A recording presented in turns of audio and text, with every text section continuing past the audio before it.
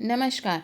आज की Indian geography की क्लास में हम लोग देखने वाले हैं भारत में ऊर्जा संसाधन और हम प्राकृतिक गैस को आज डिटेल में देखेंगे। तो चलिए हम वीडियो को स्टार्ट करते हैं। सबसे पहले समझते हैं कि प्राकृतिक गैस किसे कहते हैं। ठीक है, हम देखेंगे कि खनिज तेल मीन्स पेट्रोलियम एवं प्राकृतिक गैस जो है वो टर्जरी युग के जीवाश्म प्रधान शैलों में मिलते हैं। ठीक है, कहाँ पर मिलते हैं? जीवाश्म प्रधान शैलों में मिलते हैं। जीवाश्म प्रधान कैसे कि कई करोड़ों वर्ष पूर्व क्या होता है, धरती पर दरारें पड़ी थी और उस समय जो वनस्पति थी, जो जीव जंतु थे, वो क्या हो गए थे, उस दरारों के कारण जो है ज़मीन के अंदर दब गए थे और ताप दाप के फलस्वरूप बहुत सारी क्रियाएं हुई और उससे क्या होगा, जीवाश्म ईंधन पाए गए। ठीक है, तो इन जीवाश्म ईंधन में जैसे पेट्रोल है, ठीक है, और आपका प्राकृतिक गैस है, तो साथ में मिलते हैं। तो इसलिए इसे ये क्या होता है, जीवाश्म प्रधान शैलों में मिलते हैं। ठीक है, अब देखें कि शैल के भूगर्भ में जो है सबसे ऊपर प्राकृतिक गैस होती है। सबसे ऊपर क्या होती है? प्राकृतिक गैस होती है, मध्य में खनिज तेल और सबसे नीचे जो है जल पाया जाता है। आप यहाँ पर जो इमेज में देख सकते हैं कि सबसे ऊपर आपको गैस दिखाई देगी, उसके नीचे ऑयल और उसके नीचे वाटर। और ये क्या है? सब शैल हैं। ठीक है, ये सब क्या है? चट्टानें हैं, शैल हैं। ठीक है, अब हम देखेंगे कि गैस ऊपर क्यों होती है। आप सभी को पता है कि गैस का गुण होता है ऊपर उठने का। ठीक है, इसलिए वो ऊपर में गैस पाई जाती है।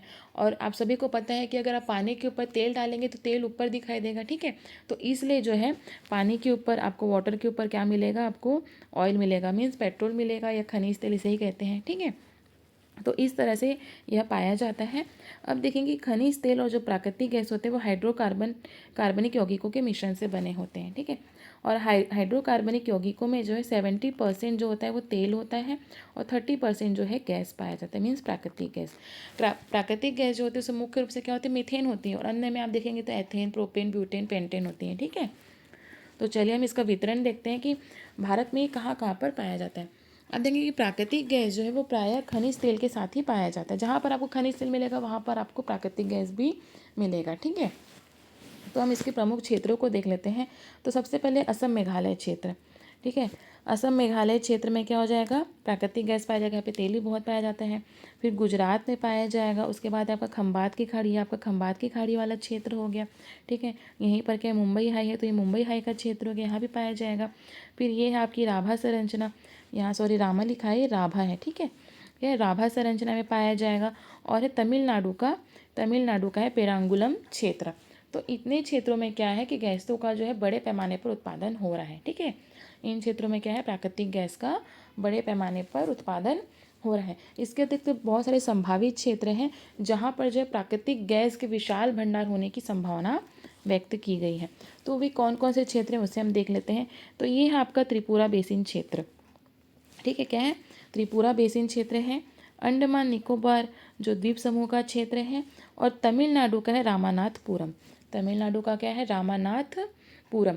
यहाँ पर जो है प्राकृतिक गैस के विशाल भंडार होने की संभावना व्यक्त की गई है। तो इतनी सारी चीज़ आपको इसमें याद रखना है। उसके बाद है कि भारत में जो है प्राकृतिक गैस का संचित भंडार सर्वाधिक कहाँ पर है। ठीक है, तो ये है आपका पूर्व अपतटीय क्षेत्र में। सर्वाधिक भंडार कहाँ पर है? पूर्व अपतटीय क्षेत्र में, मीन्स हमने देखा भी राभा संरचना वाला जो क्षेत्र है। ठीक है, पूर्व अपतटीय क्षेत्र में है। उसके बाद से पश्चिमी अपतटीय क्षेत्र जिसमें आपका मुंबई हाई वगैरह आ जाता है। ठीक है, और है थर्ड है असम। तो यहाँ पर जो है सर्वाधिक क्या है? प्राकृतिक गैस का भंडार है। और उत्पादन कहाँ से सर्वाधिक हो रहा है? तो हम देखते हैं अपतटीय क्षेत्र। कहाँ से हो रहा है? अपतटीय क्षेत्र। अपतटीय क्षेत्र बोलने से पूर्वी पश्चिमी दोनों आ जाते हैं। ठीक है, तो अपतटीय क्षेत्र में सर्वाधिक उत्पादन हो रहा है। सेकेंड नंबर पर है आपका असम और थर्ड नंबर पर है आपका त्रिपुरा। तो ये आपको याद रखना है। उसके बाद हम देखते हैं कि जो प्राकृतिक गैस है वो हाइड्रोकार्बन से भरपूर गैसों का मिश्रण होती है। ठीक है, इसमें मुख्य रूप से क्या होती है? मीथेन होती है, अन्य में एथेन, प्रोपेन, ब्यूटेन, पेंटेन वगैरह होती हैं। ठीक है, अब इसका हम यूज़ देखते हैं कहाँ कहाँ करते हैं। तो यह जो ईंधन का एक प्रमुख स्रोत है, इसका उपयोग हम निम्नलिखित तरीके से करते हैं। ठीक है, जैसे कि घरेलू गैस में, घरेलू गैस मीन्स अपने घर में जो एलपीजी यूज़ होता है। ठीक है, उसमें क्या होता है? ब्यूटेन और प्रोपेन होता है। तो ब्यूटेन और प्रोपेन क्या है? प्राकृतिक गैस ही है, उसी के साथ पाई जाती है, सब मिश्रण है ना। तो ये क्या हो गया आपका? एलपीजी में यूज़ हो गया, भारी मात्रा में हर घर में रहता है ये, तो है ना। उसके बाद देखेंगे वाहन में, ईंधन के रूप में करते हैं। वाहनों में जो है पेट्रोल के अलावा, डीजल के अलावा क्या होता है, सीएनजी गैसों का भी यूज़ होता है, उससे भी गाड़ियाँ चलती हैं, तो सीएनजी के रूप में इन गैसों का यूज़ करते हैं। ठीक है, उसके बाद हम देखें कि विद्युत बनाने में प्राकृतिक गैस का यूज़ होता है। कैसे होता है विद्युत बनाने में, तो आप देखेंगे कि जब हम प्राकृतिक गैस को जलाते हैं, जैसे आप देखेंगे एलपीजी में गैस को जलाते हैं तो ऊष्मा मिलती है, वैसे ही जब प्राकृतिक गैस को जलाएंगे, गैसों को जलाएंगे तो उससे ऊष्मा पैदा होगी, और वो ऊष्मा क्या होगी, टरबाइन को शक्ति प्रदान करेगी, और टरबाइन क्या घूमेगा उससे। ठीक है, और वो टरबाइन किससे जुड़ा होता है, जनरेटर से। तो इस तरह से जो हम बिजली को पैदा करते हैं, किससे, गैसों के माध्यम से। ठीक है, तो इतने सारे जो है प्राकृतिक गैसों का हम यूज़ करते हैं, इस तरह से यूज़ करते हैं।